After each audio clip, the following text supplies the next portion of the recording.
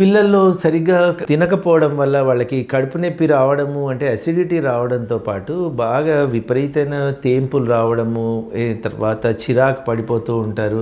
ఒక రకమైన నీరసం అనేది కనిపిస్తూ ఉంటుంది. ఈ మధ్య పిల్లల్లో మేము ఇది చాలా ఎక్కువగా చూస్తున్నాము. ఎందుకంటే వాళ్ళు పొద్దున పూట బ్రేక్ఫాస్ట్ అసలు తినరు. కొంతమంది పిల్లలు టీ, బిస్కెట్స్ ఇట్లాంటివి తింటూ ఉంటారు. ఇంకొంతమంది తొందరగా తింటారు కదా అని వాళ్ళ తల్లిదండ్రులు ఈ నూడిల్స్ లాంటివి చేసి పెట్టడము, అంటే ఏమాత్రము న్యూట్రిటివ్ వాల్యూ లేని ఇలాంటి ఫుడ్స్ వల్ల వాళ్ళకి అసిడిటీ బాగా వస్తూ ఉంటుంది.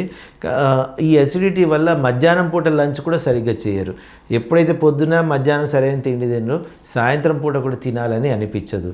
కాబట్టి సక్రమంగా టైంకి తినడమే కాకుండా టైంకి సరైన తిండి కూడా తినడం చాలా ముఖ్యము. బ్రేక్ఫాస్ట్ ముఖ్యమే, లంచ్ ముఖ్యమే, సాయంత్రం స్కూల్ నుంచి రాగానే తినడం ముఖ్యమే, రాత్రి ముఖ్యమే.